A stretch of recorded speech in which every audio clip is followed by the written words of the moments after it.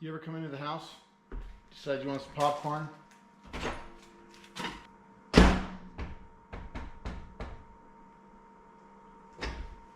Your microwave's dead. Popped a breaker. So, we have no power. What's the first thing we're going to do? Make sure it's plugged in. It is plugged in.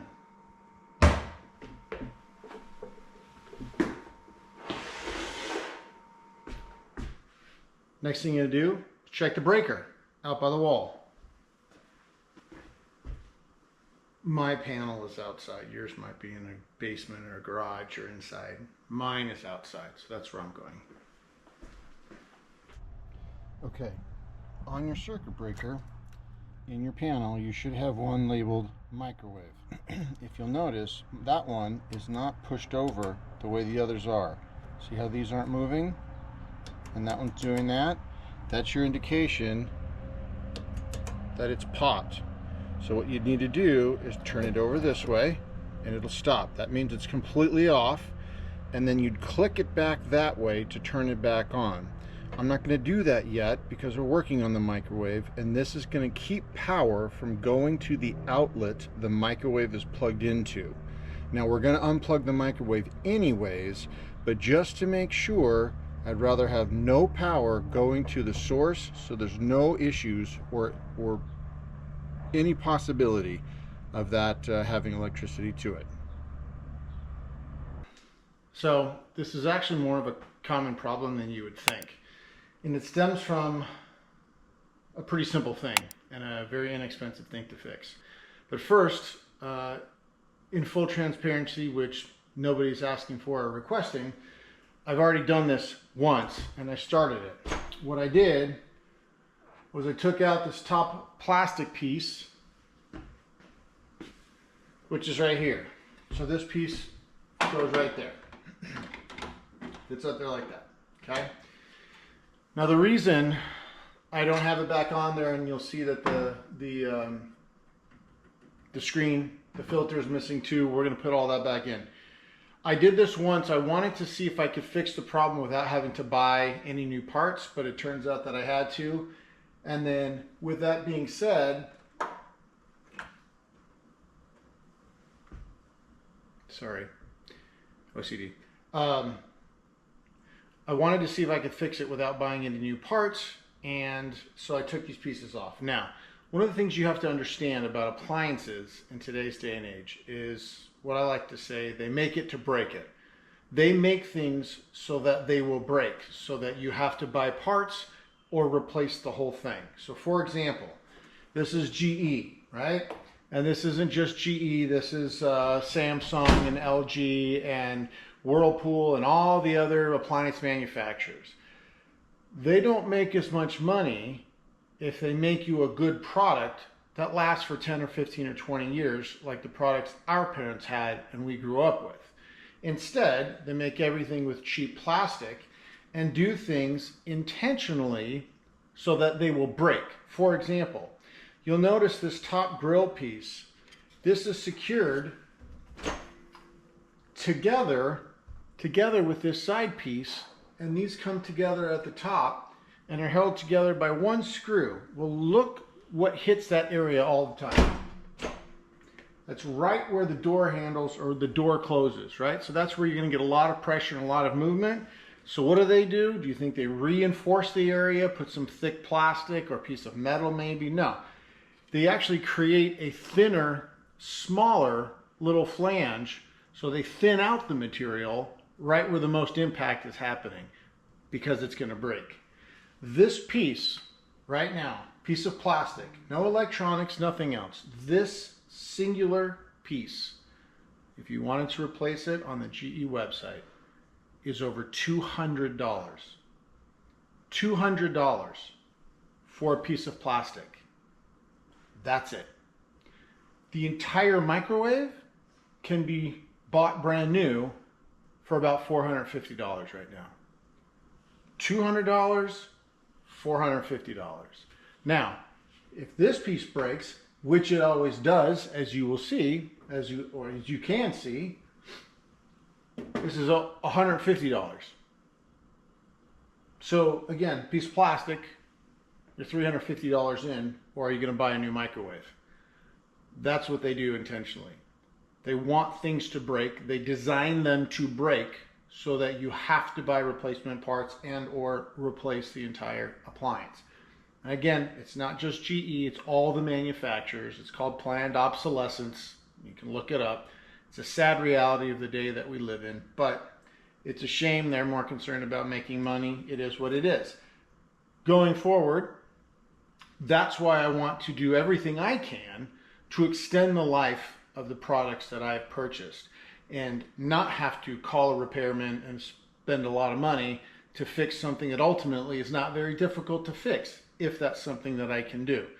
That's why I make these videos. That's what my channel is all about. So this is just another example of that. All of that being said, I didn't want to put any of this back on because each time you unscrew some of this plastic, it's very fragile and it'll break and fall apart. So I didn't want to put it back on and take it back off for another video because I didn't want to take the chance of it breaking any further than it already has. So that's why we're putting this aside. That piece of plastic is held on by 3 screws across the top. Very simple, very easy. Take our popcorn out that didn't pop. So we're going to have to remove this panel here, and this comes out very easily with the screw right here.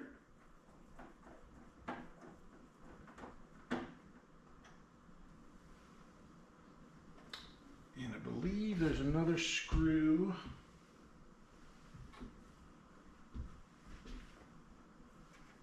Nope.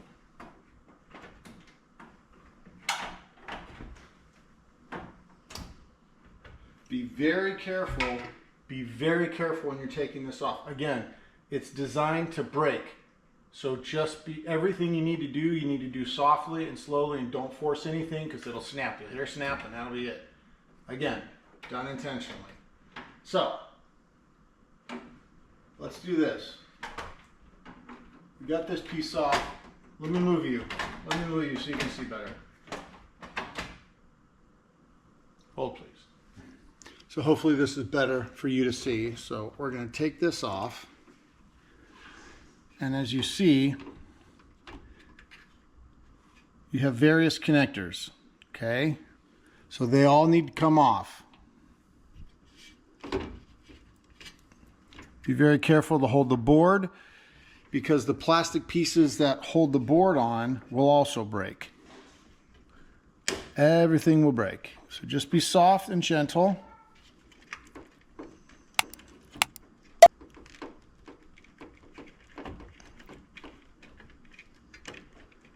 This slides out.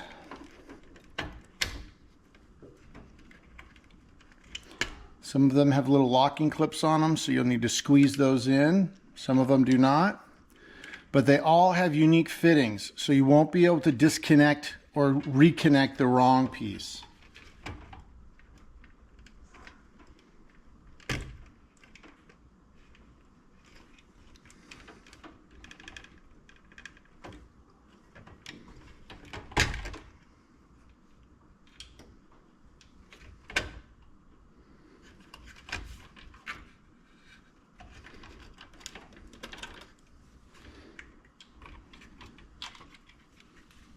And there you go. There's a removed panel. That's what it looks like. Just a couple of basic connections. Set that aside. And here is what we're going for. Okay, so we've put aside some of these other wires. So these 3 right here are the switches that we're going to replace. So let's get that done. Same thing, you're going to hold it firm and pull it off. Hold it firm and pull it off.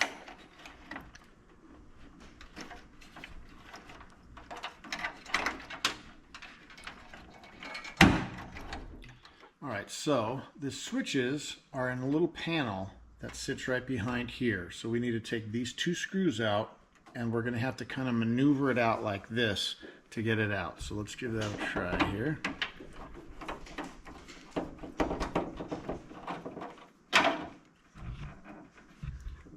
Drop one of these and lose it.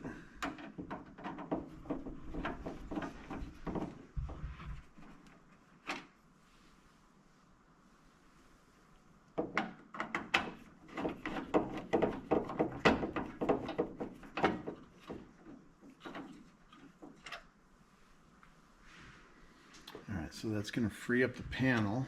So now we're going to kind of wing it around like that.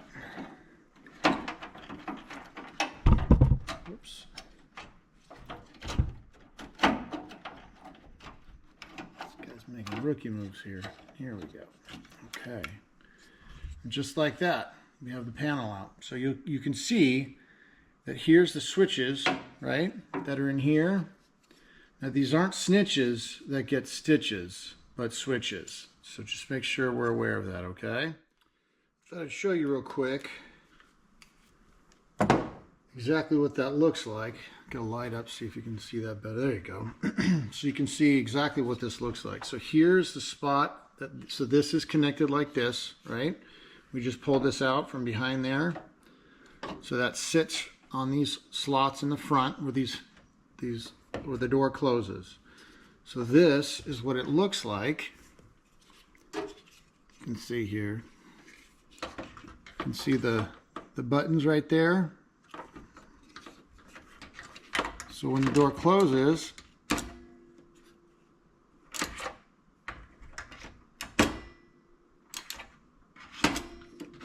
see if I can get a better angle here. So that's how it works. There's the switch, the slot. There's the button. So when the microwave closes, it goes like that.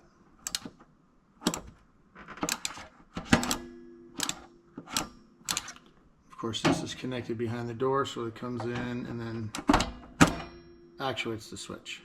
Okay? So that's what we're working with here. So to understand the basics of this switch and how it works, we're going to go like this.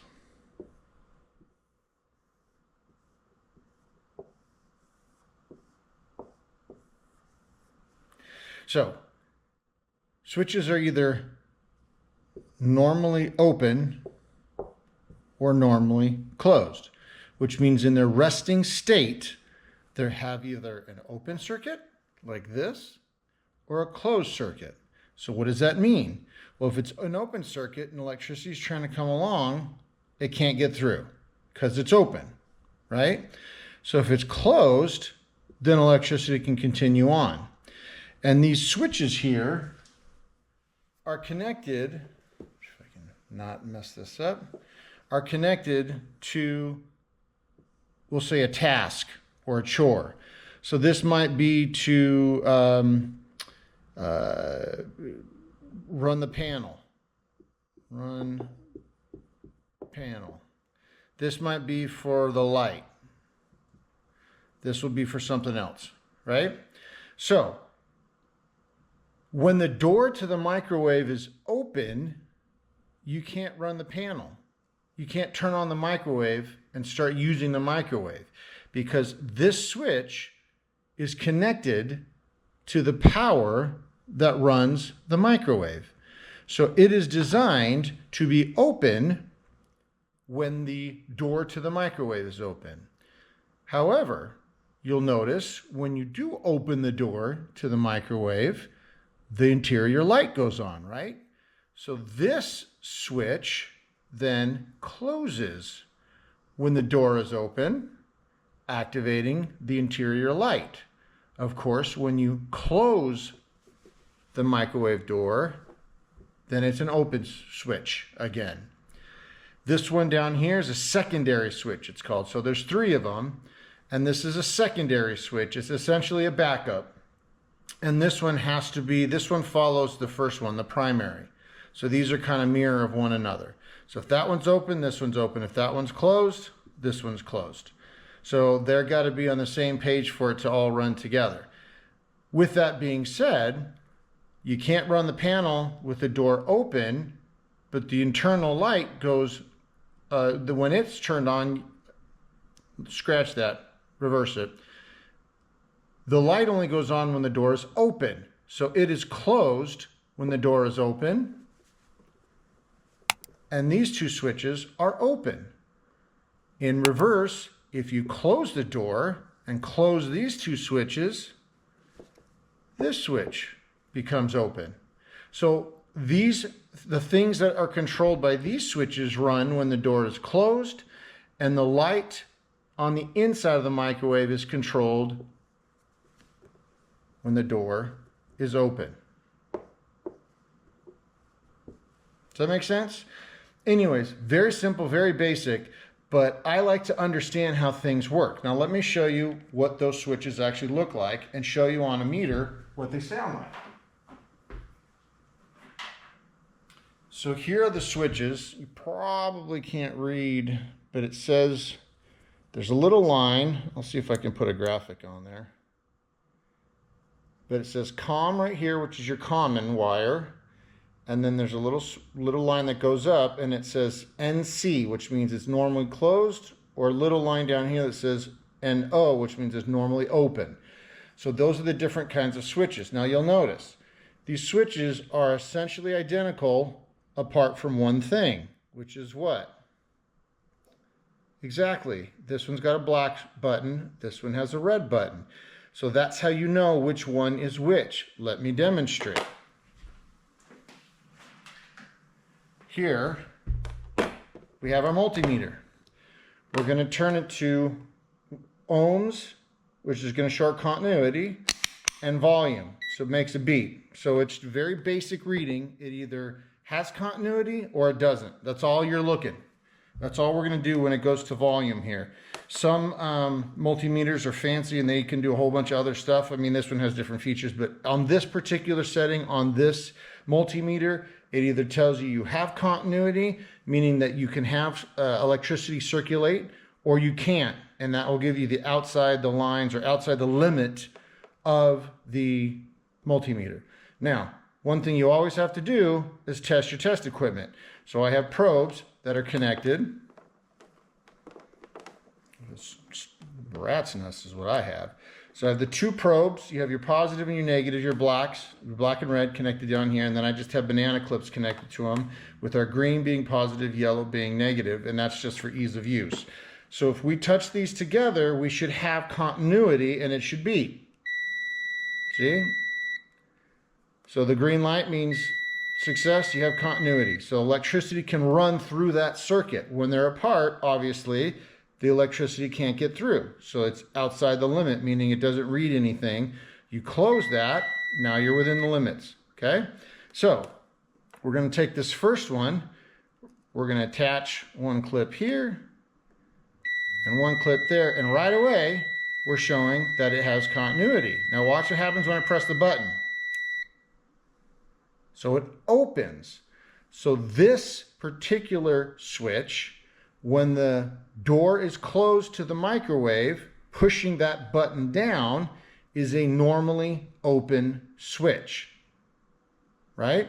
So this would go for the light, because with the door closed, which is what pushes the button down on the switch, it turns the light off, or in other words, it cuts power to the light.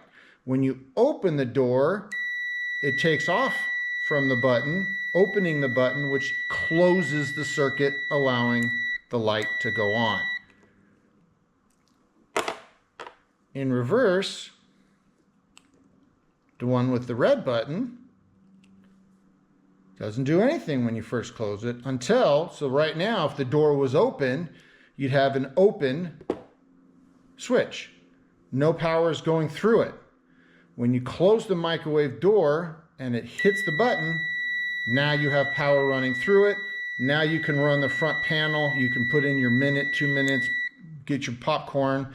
Don't burn your popcorn. It's always a catastrophe, especially at work, etc. So, closed circuit, when the door to the microwave is closed, when it opens, it's an open circuit. The exact opposite of this, which is why they're marked with the red and the black. Now, something I want to explain real quick. When you buy stuff from the internet, there's a lot of fakes, there's a lot of cheap stuff out there. So you need to be aware of this. So I bought some switches that are supposed to be normally closed, meaning when they're activated, right? When they're actually actuated is the correct term. That's their normal state. It should be closed. So when I hook up my banana clips, I should get tone. And I don't. When I let it go, I do get tone. So these, that came 2 in a pack, are both the reverse of what they're supposed to be. Now, these are the new ones I bought. You see they're all clean and shiny, right? Watch this. Here's the one that I pulled from the microwave. See how the contacts are all dirty? So watch what happens when I connect this one. See, when the door is closed, it has a closed circuit. When you leave it open, it's an open circuit. So hopefully that makes sense. I'm going to have to send those back just because that's what happens. It's a fluke. But that's just one of the things you got to be aware of when you're buying stuff from the internet. Sometimes you want to test it, make sure it's working right, and we'll go from there. All right, let's move on to the next step and get this microwave fixed. Okay, so here's the piece we took out. Hopefully you can see in there. So there's little tabs in here, right there. Each of them have it. There's one, if you can see it right there. And then on the top, there's one right here. So these you have to pull back. I just have a little pry tool, but you can use like a butter knife or something as well. Pull it back. And then get it out.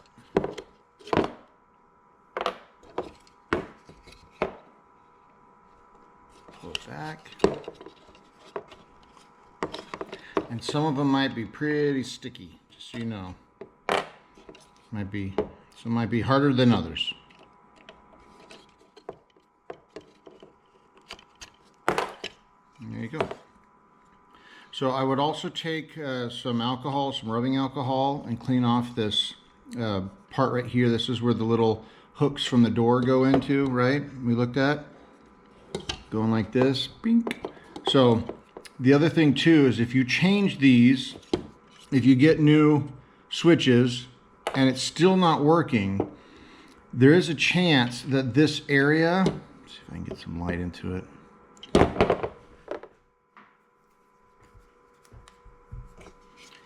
we go. So there's a chance that this area right here, let me get some light here, where there's like it's kind of ramps up a little bit. And that's where the hook goes in, and the door hook goes in and catches.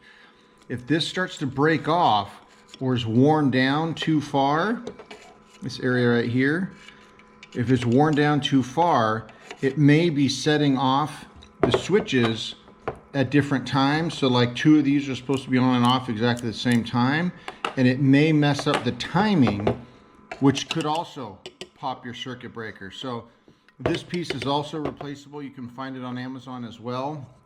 This little push piece right here, if this is broken, if any of these knobs are broken, that might be something you have to look at as well.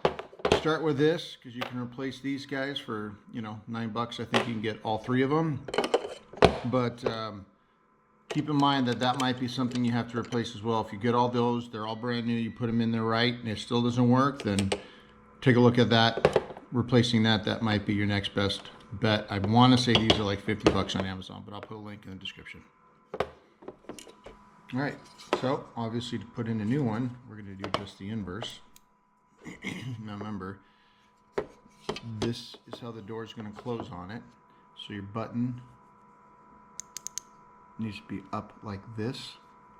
Needs to be poking up like that. So that's how you know which direction it's supposed to go in. So you're going to slide it like this. That's completely the wrong way to do it. You're going to slide it like this. That's funny. Okay, so there it's in. Got our button. I tested these before too to make sure that I was putting the right ones in the right places, because that's the last thing you want to do is put the wrong ones in the wrong place. So again, the door closes here. It hits 2 switches at the same time. Put that in here like that, and that in there like that. Didn't get my clippy clip here. Okay, well, you want to make sure that, look, see my little thing didn't pop in. You want to make sure these are seated correctly, because if they slide around, they're not going to actuate properly when the door closes and opens. Okay, making sure that thing's in there. I'm not liking that I didn't get a click. Oh.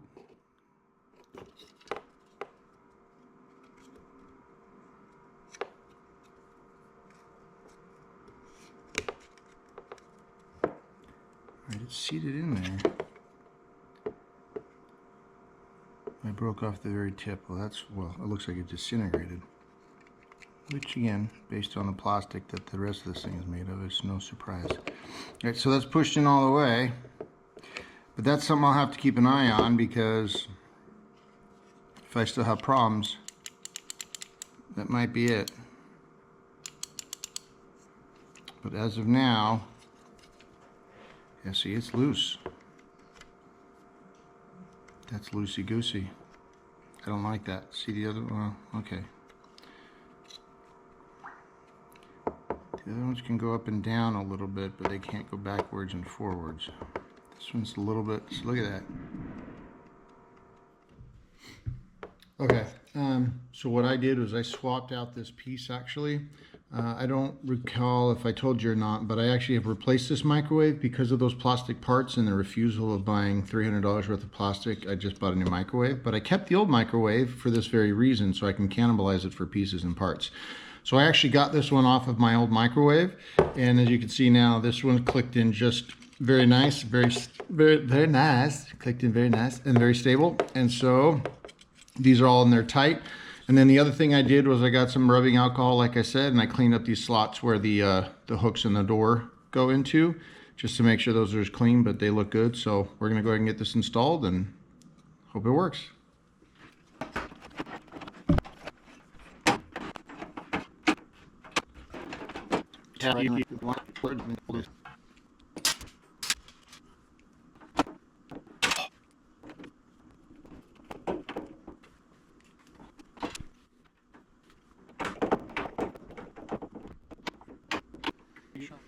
And make sure you get your screws snug, because you don't want this sliding around at all. Because if this is sliding around at all, your contacts may not hit at the same time. When you're putting these back on your clips, you can look at your video, or if you took pictures, which you should probably always do. So this one has 3 inputs on it, okay? This one only has 2. So this one matches this one up top, because remember these 2 switches are pairs. So that lets you know the difference between them. Okay, let's get the motherboard or the panel hooked back up.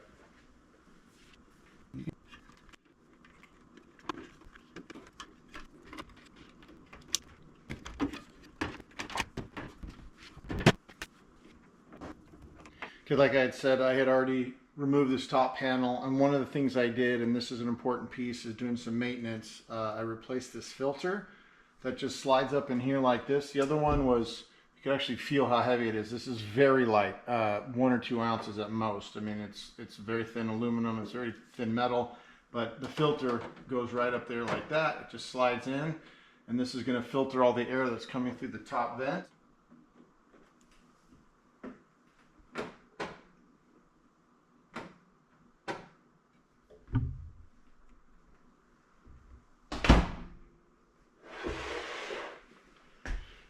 So I'm going to go turn the fuse on, excuse me, the fuse. I'm going to turn the breaker on, and then we're going to plug her in and see if we got something.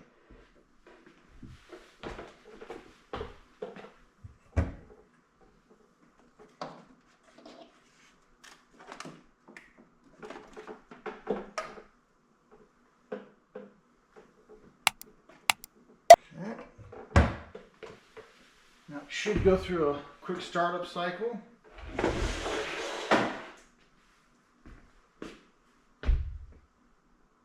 our filter light went off. The time matched up here. One of the nice things about this model is this Chef Connect. It'll connect to the stove. Same bag we started with yesterday before it blew. Let's see if we can get one to cook.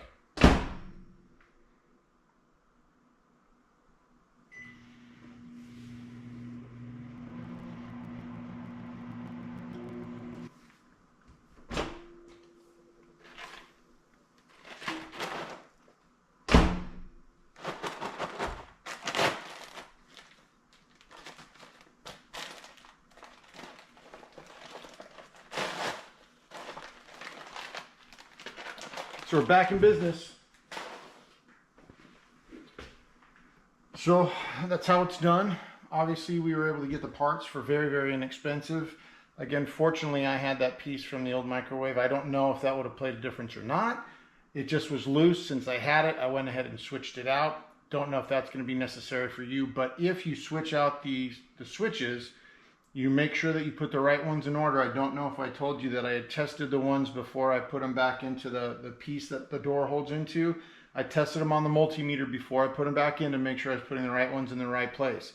The two top and bottom ones, the ones that pair together, are both normally on switches, and the other one is a normally off switch. So you just got to make sure those are in the right place, and you should be fine.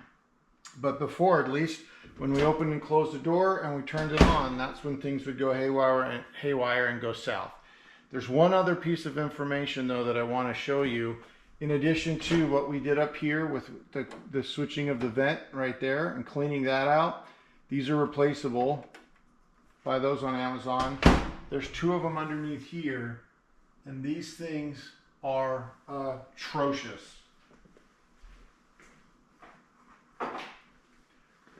So I ordered new ones online as well, and as I was looking into this, these are supposed to be swapped out about every 6 months. I can tell you these have not been swapped out in a lot longer than 6 months. They look like this. Again, very light, very easy to do. There's a little tiny handle right here, and you just replace them the way that they came out. The handle's towards the front, so it'll be like this underneath.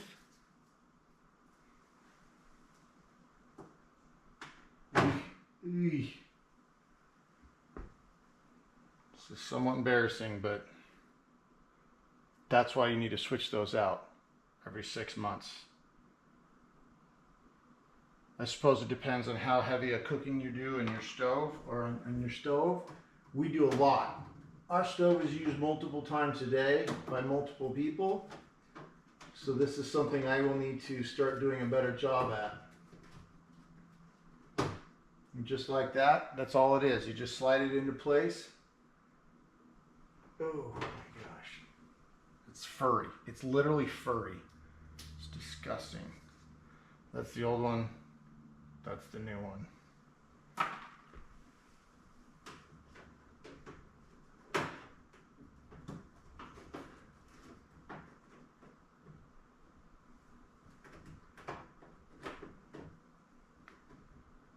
And that's it. It just sits up there. It slides into place. It's very easy, very simple.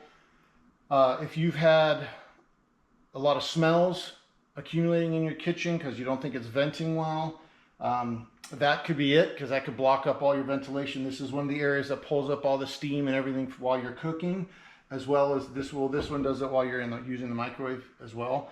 So just make sure you get those out. Those are cheap. I'll put a link in the description as well. So that's it. We got a little bit of maintenance done. We fixed the door and we're back up and we're back and running. So go out and do it. It's not hard. You can do it. And remember, they make it to break it. So do everything you can to make it last longer. Don't let them win and make you buy a new one. All right, take care.